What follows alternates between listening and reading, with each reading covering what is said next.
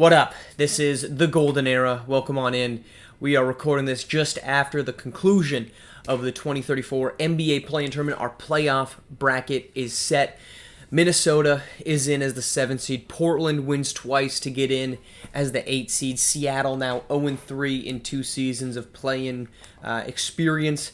Still no playoff appearance for them. On the other side, Boston getting the 7th seed. Indiana getting the 8th seed. The Celtics beat Indiana in that 7-8 matchup to go from 8-7. Indiana takes down Washington. So, our playoffs are set. And we're going to dive into each one of these playoffs with two things. What's the main storyline of the matchup? And what's the sub-storyline of the matchup? As we know, playoffs, this is where the stories really come out. So we're going to start in the Western Conference. Warriors, Blazers, the 1-8. What's the main storyline? The main storyline is this the final lap for Savion White in Portland? The Blazers have done a ton to try to bring in pieces for this basketball team to make them a legitimate contender. They've tried Evan Mobley. They've tried Jalen Blackman. They traded for Jonte Taylor. They have made investments in this roster to make it good. But the challenge is it still hasn't really panned out much at all for Portland. Over the last couple seasons, they've been a good regular season team, won 56 games last season to make the 3 seed, but then got swept by Phoenix in the second round. Over the last 3 years, they've gone 49 wins, 37 wins, 56 wins, and then this season, 51. When Savion White is not there, they sink. They're good when he's there. He's that good to make them a frisky 50-win team. Not necessarily every time, but in that ballpark. When he's not there, this team clearly is play-in caliber or worse. And here's why. He's an unrestricted free agent this summer. So the question, if they go down to Golden State, which I firmly expect them to do, the door is open for him to just walk on out. So is he going to do that, or would he trust a front office that has tried but ultimately failed to get him a number 2? The sub-storyline, Evan Mobley facing the Golden State Warriors. He played for them for 1 year, the 76-win historic season before leaving for Portland in the massive 5-team multiple sign-and-trade deals that moved all sorts of pieces around the chessboard. My prediction, Warriors in 5. Kings, Wolves, that's our 2-7. The main storyline, how legitimate are the Kings? The Kings have spent the last 2 years building this roster to be tested like they are right now. They traded for Tyrese Olsen at the 2032 trade deadline. They traded for Jason Sanders at last season's summer free agency frenzy when Cameron Sullivan left Cleveland.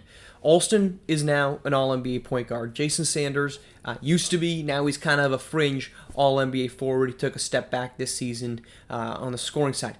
These are the moments they've been waiting for. They've got a defensive player in the year in R.J. Wallace. They've got Parker Pollard, who's a 20-point-per-game scorer. This is one of the best rosters in the NBA.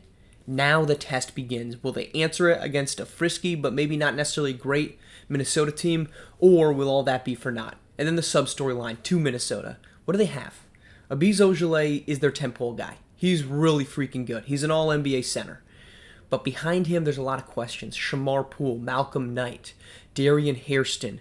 Can we trust these guys? Are they going to be, you need an All-NBA guy to win a championship, and then you need this second guy that's a all-star almost always, but if he gets hot with the cookie crumbling in the right way, he's an All-NBA guy. You need that as your number 2. Does Minnesota have that? We're going to find out. My prediction, I'm going to go Kings in 6. 3-6 matchup, Jazz, Suns. This might be the best one of the opening round. The main storyline. Are the Suns back? Right? The Suns were highly touted coming into the regular season. They trade for Malik Hightower. It's a really good roster. Jacoby Cleaves is the reigning MVP. Cade Cunningham in his early 30s is still absolutely elite. Is a fringe All-NBA guy like we're talking about a second ago. What you need. They blamed Nathan Servin and Marcus Young Jr. for their fails last season. Servin's gone. Young Jr.'s gone. They struggled to start the season, but the second half of the year they were absolutely incredible to the point that Jacoby Cleaves was at one point a favorite to win the MVP before ultimately falling. So is this recent version the real version? They've made 2 straight Western Conference Finals before that big offseason move last year to bring in Malik Hightower.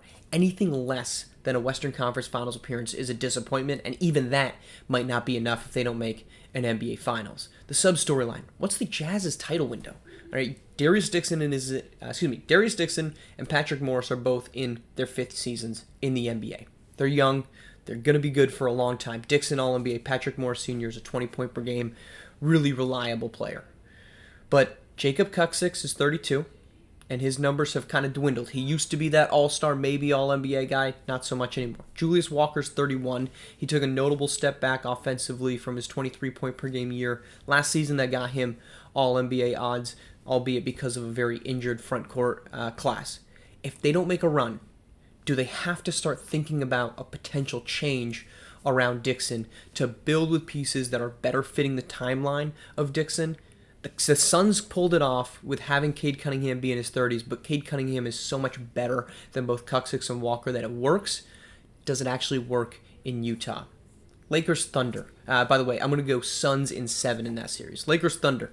Main storyline: Kareem Robinson came to LA after asking for a trade out of Chicago, playing for 1 season in Boston, and then leaving Boston as a free agent to sign with the Lakers.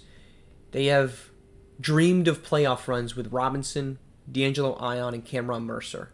Last season they got dusted in 5 in the first round to Utah as the number 4 seed. They need to at least advance to start making headway, to prove that this group can at least be a contender. Otherwise, the question is, can you trust D'Angelo Ion and Cameron Mercer to be your second and third guy when neither of them are three-point shooters at a reliable rate? Mercer mid 30%, Ion at to below 30%. Do you need to change the foundation of this roster to put Mercer at the 5 and maybe Ion at the 4 instead of them being the 3-4 right now? The sub-storyline: are the Thunder good enough this season with Tobias Bell as their main point? This has been a very weird Oklahoma City team. Okay, Tobias Bell was awesome offensively, averaged nearly 30 points per game, top 10 in the league, but he's an absolute liability on defense, yet somehow Oklahoma City had an awesome defensive team. Noja Sosnoskis is that All-NBA, frisky All-NBA, but bona fide All-Star guy. Tobias Bell is as well. Neither of them are bona fide All-NBA guys. Can that be the foundation of a championship team? And if not, do they need to make a change, or can they continue to ride this thing, hope for internal improvement, and make it there? I'm going to go Lakers in 7. Head to the Eastern Conference. Nets Pacers. This is a doozy of a storyline, so bear with me. The main storyline is the Nets are finally healthy. The last 2 seasons they've had injuries. The Game 82 curse, we know it. Louis Morgan and Brighton Reed go down 2 seasons ago on Game 82, an overtime thriller that gets them into the playoffs as an 8 seed. They both suffer ankle injuries in that loss. Rashawn Matthews and Memphis Reed lead an upset of Cleveland as the 8 seed. Last season, Matthews gets hurt, ankle injury of his own in Game 82. With Louis Morgan and Brighton Reed, they make the Eastern Conference Finals, albeit going through a Toronto team that lost Jalen Justice due to injury. Now, all 3 of them are healthy. And all that we've heard out of Brooklyn is we are not breaking this team up. We believe that these 3 guys can win a championship. Now they've got these 3 guys and the number 1 seed and a shot to win a championship. Now is the chance to prove it. And if they don't, all those little whispers, all those rumors about maybe they should do this, maybe they should do that, those aren't whispers. Those are yells. Those are shouts. It's a very serious issue. Louis Morgan is an unrestricted free agent this coming summer. Brighton Reed just signed an extension a couple seasons ago. But do you start looking at a breakup, whether that's them making the choice or the players if they can't get it done? Sub-storyline number 1, which is really main storyline number 2. The Pacers were one of the best teams all season long until they got just absolutely decimated with injuries to Ibrahim Mobley and CJ McCoy. Now they're the 7 seed. They lose, they get the 8 seed, probably the best 8 seed that we've had in recent years. This team is very good. This is a top 4 roster in the NBA, and now they're playing as an 8 seed.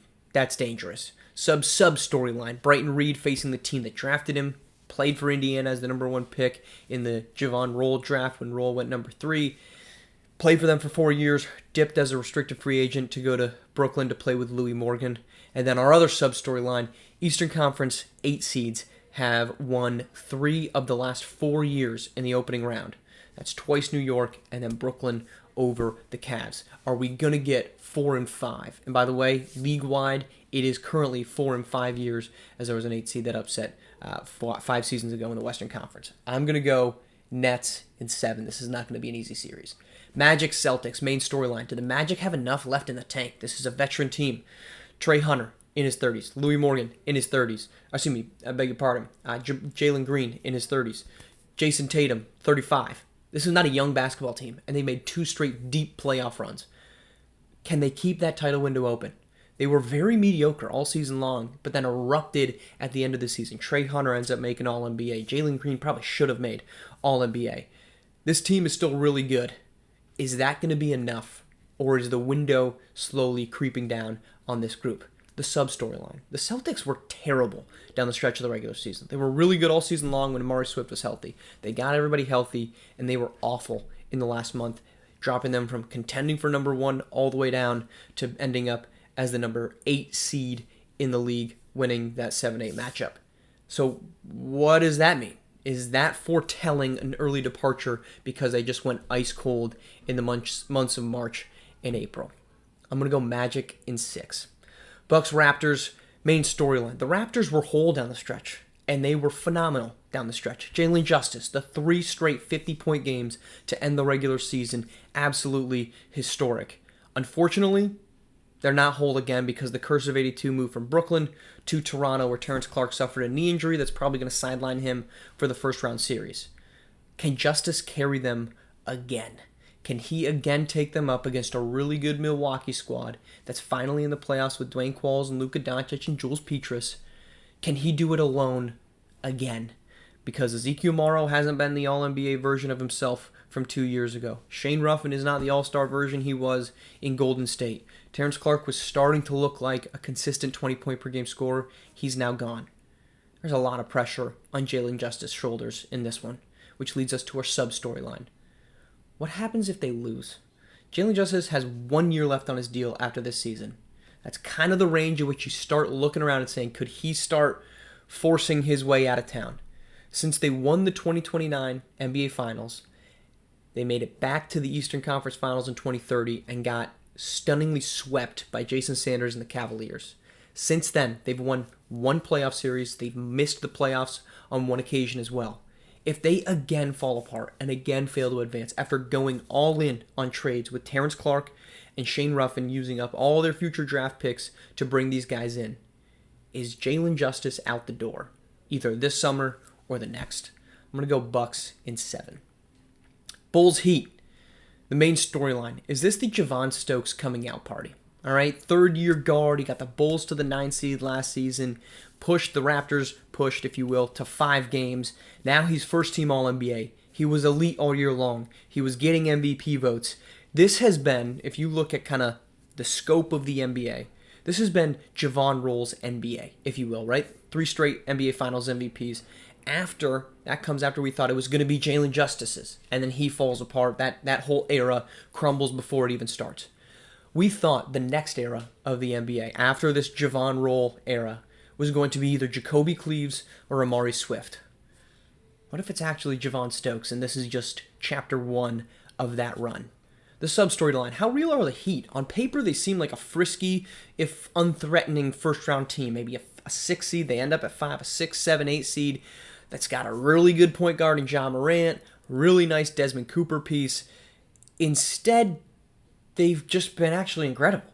Elite offense, an elite defense. But this is a really tough matchup for them at the guard position with Javon Stokes. John Morant and Desmond Cooper are not elite defenders, and one of them is probably going to have to defend either Javon Stokes or Dakota Motley. It's not a great matchup, but how real are they after what statistically was an incredible regular season? I'll go Heat in 7 in that one. That's our first round. We will be coming to you with a live broadcast of Warriors game, diving into that, and appreciate you tuning in. Appreciate that we're finally here, ready to get the best part of the NBA season underway.